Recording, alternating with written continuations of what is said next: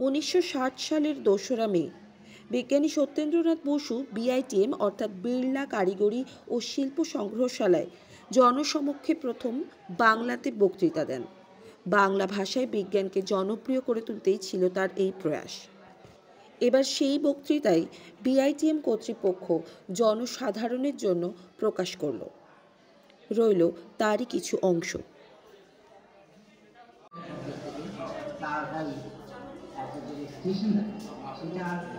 যদি আমরা ভিন্ন রকম গতি কল্পনা করি, ভিন্ন রেখা দুটো ঘটনার সঙ্গে যদি আমরা যোগ করে দিয়ে সেই চতুষ্পাদ জগতে সেইটার কথা ভাবি এবং তুলনা করি, তাহলে সত্যিকারের যে রেখা যাকে বলব সেই রেখার একটা বিশেষ গুণ আছে, যেটা সাধারণত সরলতার সঙ্গে আমরা করি।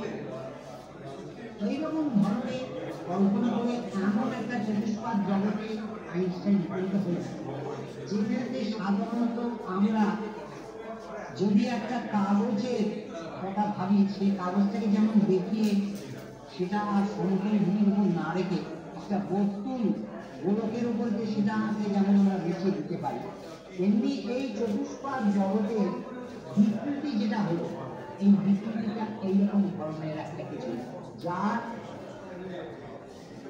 যাকে গণিতের ভাষাতে যাকে বর্ণনা বা নানান রকম উপায় আবিষ্কৃত হয়েছে। কিন্তু এটাকে সোজা কথায় বলতে গেলে বলতে হবে বস্তুলতা। এই বস্তুলতা এটি আনলো কি? এইখানে আইনস্টাইন দেখলেন যে এইগুলোর জন্য এই বস্তু, যা বস্তু সারা ব্রহ্মাণ্ডকে চারদিকে ছড়ানো রয়েছে, এই বস্তুকে দায়ী করতে হবে। এই বস্তু বলাতে আইনস্টাইন আর একটা জিনিস আবিষ্কার করেছেন, যে যেটাকে বস্তুর যে বস্তুত্ব, যেটা মাস, সেটাকে তিনি তার ভেতরে যে কার্যশক্তি কতটা আছে সেই যে একটা পরিমাণ জ্ঞাপক জিনিস বলে তিনি মনে করেন। তিনি একটা সমীকরণ আবিষ্কার করলেন, যেটা আজকের দিনেতে আমরা সকলেই বলতে আরম্ভ করেছি, যেটা বেশ ছোট কথায় বলতে গেলে বলতে হয় E=mc²। এই E=mc² এর উপর নির্ভর করে আজকের দিনেতে নানান রকম আমরা যে কৃত্রিম উপায়ে একরকম অণু থেকে আরেক রকম অণু যে পরিবর্তিত করতে পারি, এই দিনে শাহ নিউক্লিয়ার ইনস্টিটিউটের নিচের ঘরেতে যা হচ্ছে, সেই সমস্ত জিনিস যদি ভালো করে বুঝতে হয়, তাহলে E=mc² এর আশ্রয় নিতে হয়।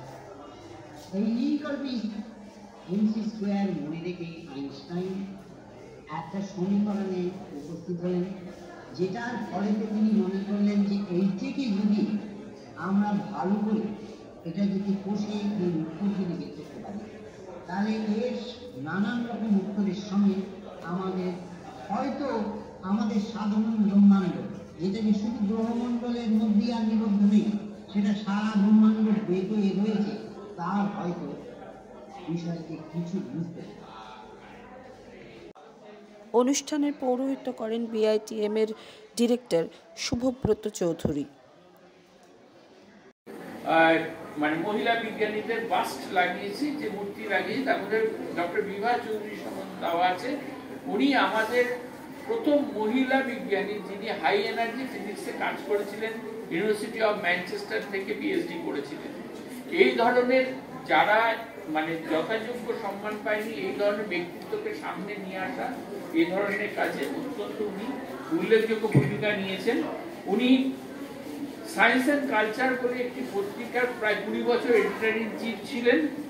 আমি জানি যে আরো অনেক বললে শেষ হবে না, সুতরাং ওনারা এখানে এসে একটু সময় দিয়ে আমাদের অনুষ্ঠানটাকে সমৃদ্ধ করছেন, সেই জন্য স্যার এবং ম্যাডাম আপনাদের দুজনকে খুব আন্তরিক ধন্যবাদ জানাই। এবং আমি আশা করব যে তোমরা এদের থেকে ইন্সপায়ার্ড হবে এবং তোমরা পরবর্তীকালে আরো মানে এই দেশটাকে এগিয়ে নিয়ে যাবে। ভালোভাবে এটা দেখো। আর এর যারা নাকি বাংলা খুব একটা ভালো জানো না কিংবা ভালো লাগে না, তাদের জন্য ইংরেজিতে তর্জমা করে রাখা হয়েছে। বিজ্ঞানকে ভালোবাসতে শেখো। বিজ্ঞান মানে সবসময় বই পড়া না, স্বাভাবিকভাবে যুক্তিবাদীভাবে চিন্তা করাটাও বিজ্ঞানের একটা অঙ্গ। সেভাবে তোমরা এগিয়ে চলো, এই বলে সবাইকে ধন্যবাদ জানিয়ে নমস্কার।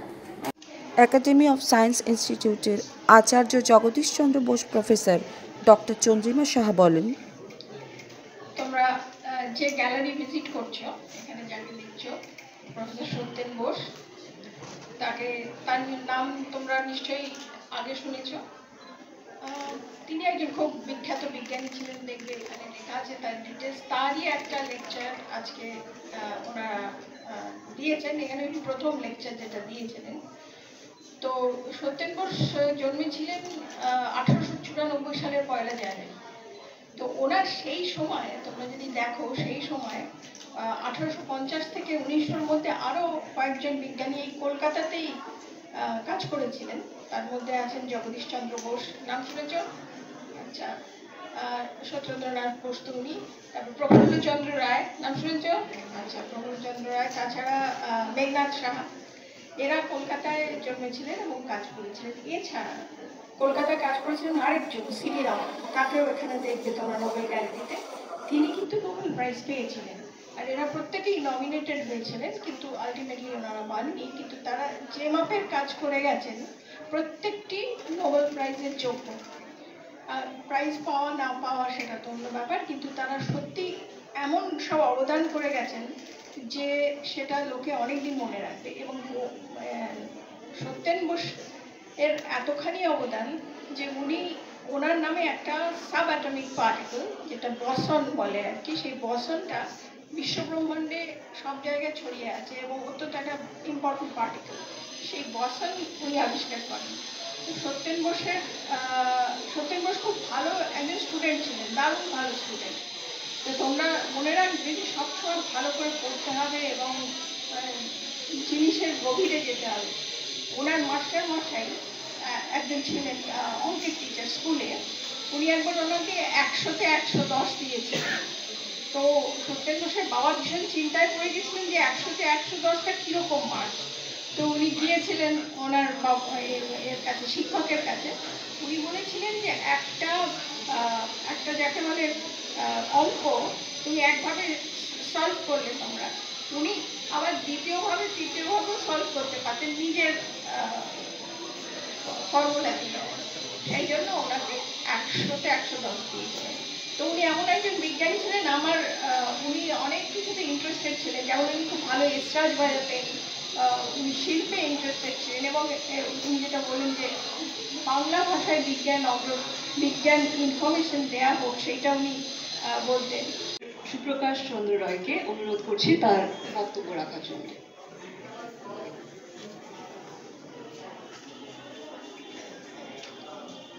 তোমরা শুনলে যে আজকে আমরা বোস সংখ্যায়ন বা বোস স্ট্যাটিস্টিক্সের শতবর্ষ উপলক্ষে সমবেত হয়েছে। তাহলে আমাকে একটু বোস স্ট্যাটিস্টিক্স সম্বন্ধে ছোট করে বলতে হবে। তোমরা তো ডক্টর চন্দ্রনাথ সাহার কাছে শুনলে বোসনের নাম তোমরা শুনেছ? হিগস বোসন শুনুনি? হিগস বোসন বা ঈশ্বর কণা এই সম্প্রতি আবিষ্কৃত হয়েছে, যার জন্যে পিটার হিগস নোবেল প্রাইজ পেয়েছিলেন। তাহলে শোনো, আমাদের এই বিশ্বব্রহ্মাণ্ডে যত মৌল কণা আছে, ইলেকট্রন, প্রোটন, নিউট্রন, যত রকম কণা আছে, সেগুলোকে দুভাবে ভাগ করা যায়। বিজ্ঞানীরা দুভাবে ভাগ করেছেন, একটা হচ্ছে বোসন, একটা হচ্ছে ফার্মিয়ন। বোসন হচ্ছে যে কণাগুলি বোস স্ট্যাটিস্টিক্স, বোস সংখ্যায়নকে ফলো করে। এবং বোস সংখ্যায়নটা কি? তোমরা স্কুলে পড়াতো, স্কুলের বেঞ্চে ধরো বসে আছে, একজন করে ছাত্র একটা বেঞ্চে বসে, ঠিক আছে? এখন একজন ছাত্র সে আর কাউকে বসতে দেয় না, দুজনকে তিনজন কাউকে পাশে বসতে দেবে না। আবার আরেকজন ছাত্র অনিল ধরো, সে বসতে দেয় না। আর সুনীল যে, সে বলে আয় এখানে আমার কাছে বস না, আরেকজন ওর ফোন দেয় এখানে বস না।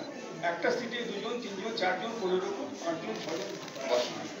এই বোস স্ট্যাটিস্টিক্সটা হচ্ছে যেখানে কোনো সংখ্যা নেই, যত লোক একটা জায়গায় বসতে পারে, যত কণা এক জায়গায় জড়ো হতে পারে। কিন্তু ফেরমিয়নে তা হয় না। ফেরমিয়ন ওই স্বার্থপর ছাত্রের মতন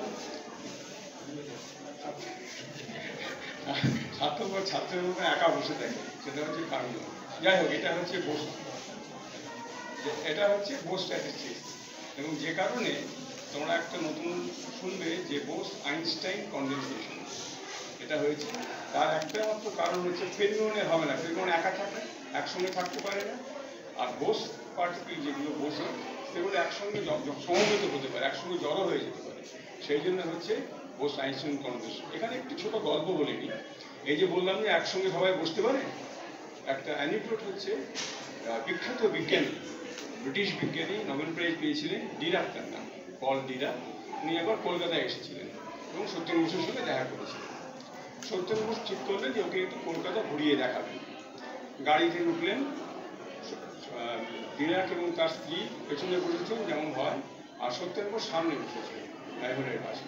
একটু মনে মনে কয়েকজন ছাত্ররা তো চারপাশে দাঁড়িয়ে আছে, ডিরাককে দেখছে, সত্যেন বসুকে দেখছে। উনি ছাত্রদের ডেকে ডেকে, এই এসো আমার পাশে বসো, এই তুমি এসে বসো, এই তুমি এসে বসো। 3 জন 4 জন 5 জন ছেলে বসে। পেছনে ডিরাক, ব্রিটিশের লোক, সেটা কোনোদিন এরকম দেখেনি, সে অবাক হয়ে জিজ্ঞেস করলো, what are you doing mister Bose? বললো, I believe in Bose statistics. অর্থাৎ বোস স্ট্যাটিস্টিক্স যদি বিশ্বাস করে, বোস স্ট্যাটিস্টিক্স যদি সত্য হয়, যে কোনো লোক যত খুশি লোক হতে পারে। এটা হচ্ছে বোস স্ট্যাটিস্টিক্স। এদিকে বিআইটিএমে শুরু হয়ে গেছে কলকাতা জেলা সায়েন্স ফেয়ার, যেখানে বিভিন্ন স্কুল থেকে ছাত্রছাত্রীরা অংশ নিয়েছে তাদের মডেল নিয়ে। We are from DAV Public School. So this is our Your name? Pragya. And you? So this is our model on geothermal energy. Geothermal energy is a lesser known renewable source of energy. So let's see how it works. Beneath the Earth's surface is a huge reservoir of hot water that can be accessed via wells. When the wells are dug, the water rises under atmospheric pressure, and as it rises and comes to the surface, the pressure decreases and it becomes steam. This steam is collected in this chamber. The steam makes this turbine spin, and as the turbine spins, the heat energy is converted into mechanical energy. The mechanical energy then travels into this generator, which has an alternator inside it. An alternator is an AC generator. The AC generator converts the mechanical energy into electrical energy, which is then passed through these wires, and as a result the bulb glows. So this is a very sustainable source for our future generations, as we are using a lot of coal and petroleum nowadays. And the water is also not wasted, as the water is pumped into the earth's surface again. And this is also an aspect of resource management. Thank you. I am Chirag Kumar Dash of class 8D of DAV Public School. So I have made an Arduino robot for floor cleaning. So let's be honest, who really likes floor cleaning? It's a very tedious, time-consuming task, and so we assign servants for it, who can charge 1,000 every month, which can come up to 12,000 annually. So we either waste our money by assigning servants, or we waste our time by doing it ourselves. So what I have developed is an Arduino powered floor cleaner. So how it works is it's basically in form of a car. It goes forward, when it detects some obstacle, it rotates and then it goes forward. Now the thing is that you will notice one thing, it actually moves slightly towards the left. So the reason for that is here. Let's say it's a rectangular room, and well, it's a starting point, and if it goes all the way around, it comes at the same point as the ending point, which is really not important because it's just covering the perimeter, not the area. So for that, I have added a bit more motion to this motor. So it turns slightly towards the left. So as it does that, so it basically does not loop, and it randomizes the motion for a bit. Now some people will point out that it actually does not cover all the area, but actually it can be covered if we do it every day. All the area will be covered efficiently. Now the user presence is not needed here. It does not need user presence. So we can just turn it on and go away because it will not collide. It's an obstacle avoiding car basically. So now let's come to the main thing, the cost. So believe it or not, it costs under 1,000 rupees. This is a recycled piece of thermocol with brush bristles, which basically can stick dust particles, or basically it can move away things which can damage the mop. For example, glass pieces, it can get stuck to the mop, so we can move away the glass pieces and the mop will function properly. The mop basically takes away all the germs. Now, how much germ, that also I have done some research. So EPA found that for a normal napkin, it can take away 30% germs. So if we want to upgrade the number of germs taken away, we can use a multi-fiber mop. So it is 99% of the germs. Now the cost for this whole thing was less than 1,000 rupees. Well, how? Because we have to charge the batteries every day. We really cannot buy them every day. So this is the battery charger. for lithium ion battery. So it costs only 100 rupees. When we do the socket and put a battery, it will take approximately 1.5 hours to charge. Now, most people will point out that what's the cost of electricity, because that might become very much. So I have done some calculation here in the above part, and you can see that it won't cost more than 114.975 every year, and neither 153.30 for WBSCDCL or for 1 year. So we are saving our money, our time, as well as our hard work. Thank you. Good afternoon ma'am, আমার নাম মেহের হোসেন মোল্লা, আমি হচ্ছে সৃজিত মহলা ঘোষ। আমরা নাগতলা high স্কুলকে represent করছি এই মডেলটা নিয়ে। তো আমাদের সাবজেক্ট হচ্ছে ডিজাস্টার ম্যানেজমেন্ট, আর আমাদের মডেল নেম হচ্ছে লাইফ সেভিং প্রজেক্ট। তো আমরা এটা মেনলি বানিয়েছি কারণ যখন বর্ষাকালে আমাদের ইলেকট্রিক পোলগুলো বর্ষার জলে ভিজে যখন বডি হয়ে যাচ্ছে, তখন কোনো মানুষ ভুলবশত সেটাকে যদি টাচ করে, তাহলে কী হচ্ছে, সে বিদ্যুৎস্পৃষ্ট হয়ে তার অপঘাতে মৃত্যু হচ্ছে। তাহলে কী হচ্ছে, এই সমস্যাটা মেটানোর জন্য আমরা এই মডেলটা বানিয়েছি। তো এখানে যখন এই 3টে ইলেকট্রিক পোল যখন শক থাকবে, তখন এই যে 3টে দেখতে পাচ্ছি না ট্রিপার টাইপের, এই 3টে ট্রিপার এই পোলের সঙ্গে এই সরু এই পাতলা তার দিয়ে বাঁধা আছে। এটা এখানে আমাদের যখন এই পোলটা শক হয়ে গেলে, তো এই পোলের বডিটা তো গরম হয়ে যায়, তখন এই গরমটাকে এই পাতলা তার গ্রহণ করে তারটা পুড়ে যাবে। পুড়ে গিয়ে এইভাবে পড়ে আমাদের একটা রেড অ্যালার্ট দিয়ে দিচ্ছে কি এটা পোলটা শক আছে। তাহলে কী করবো, আমরা সেই অ্যালার্ট হয়ে গেলে আমরা এই পোলটাকে টাচ করবো, কী হবে, তাহলে আমাদের অনেক জীবন বেঁচে যাচ্ছে। এবং কোনো যদি ইলেকট্রিশিয়ান এই অ্যালার্টটাকে দেখতে পায়, তাহলে সে কী করবে, এই পোলটাকে সে ফিক্স করে দিয়ে তাহলে চলে যাবে, তারপর অনেক জীবন বেঁচে যাবে। এখানে এই যে দেখতে পাচ্ছেন এই পাতলা তারটা যেরকম সার্কিট বোর্ডে ফিউজ তার যেরকম কাজ করে, এখানেও সেরকমই কাজ হচ্ছে।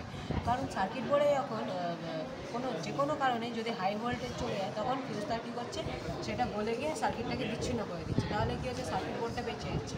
আর এখানে কী হচ্ছে, এই তারটা গ্রহণ করে পুড়ে যাচ্ছে, পুড়ে গিয়ে কী হচ্ছে, এভাবে পড়ে যাচ্ছে, পড়ে গিয়ে আমাদের রেড অ্যালার্ট দিচ্ছে। ম্যাম, আমরা এই মডেলটা বানানোর জন্য এখানে একটা 12 ভোল্ট 2 অ্যাম্পিয়ারের একটা ট্রান্সফর্মার ইউজ করেছি।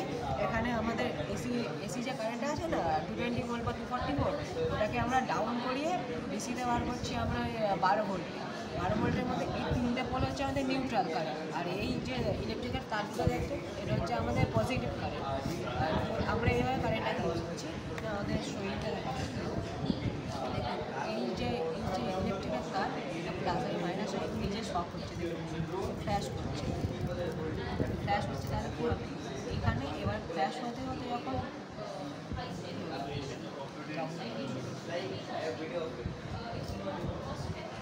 এরকম ফ্ল্যাশ করলে কী হবে, যখন এটা আস্তে আস্তে গরম হয়ে গেলে এই তাপটা গ্রহণ করে পুড়ে গিয়ে এইভাবে আমাদের বেড়ে যায়।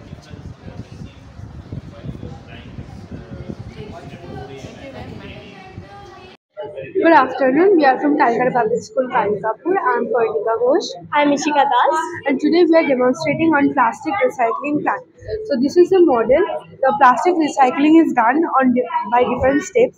The first step is segregation, where dustbins are divided into two colors, green and blue. The green is the biodegradable one and the blue is the non-biodegradable one. This is the truck which carries its garbages towards this recycling factory, and this is the inner scenario of the factory. I will take over from here. So first we do the segregation. So we do the segregation.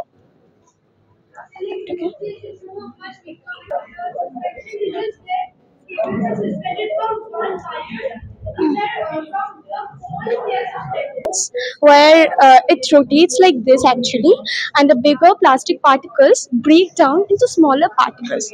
From here, who doesn't need a clean recycled product, right? So from here we do the washing part. So from here we wash the particles, and then it goes for melting or reorganization. Here, these particles are melted in a very high temperature, and they remolded in this rotator. This is a rotator where the new recycled plastic product, for example, I have taken Sketchman, is formed. Now we have made many placards. Here are the placards.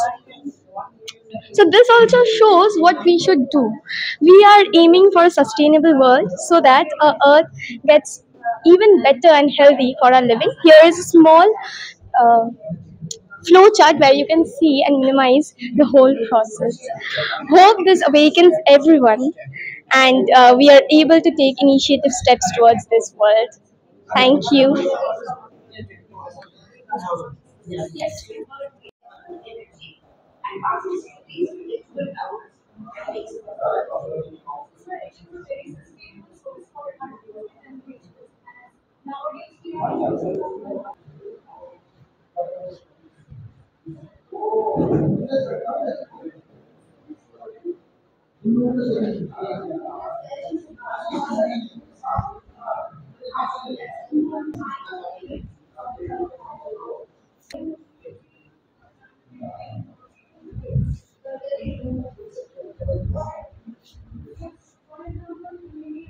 Lunch.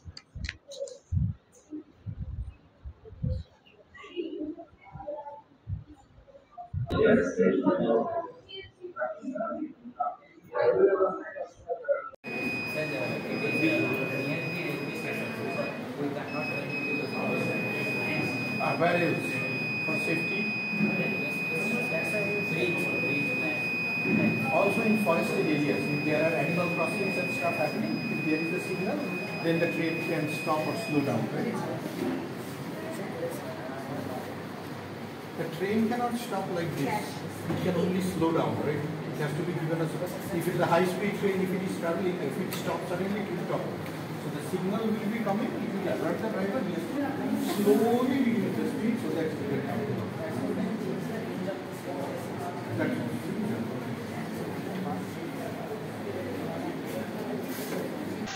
খেলার ছলে বিজ্ঞান মানেই BITM. তাই বিজ্ঞান সম্পর্কে যারা আগ্রহী তাদের একবার অন্তত আসতেই হবে এই সংগ্রহশালায়। সারা বছর ধরেই ছাত্রছাত্রীদের জন্য বিভিন্ন রকমের কর্মশালার আয়োজন করে থাকে বিআইটিএম। মনের কৌতূহলকে নিবৃত্ত করার জন্য রয়েছে প্রচুর গ্যালারি।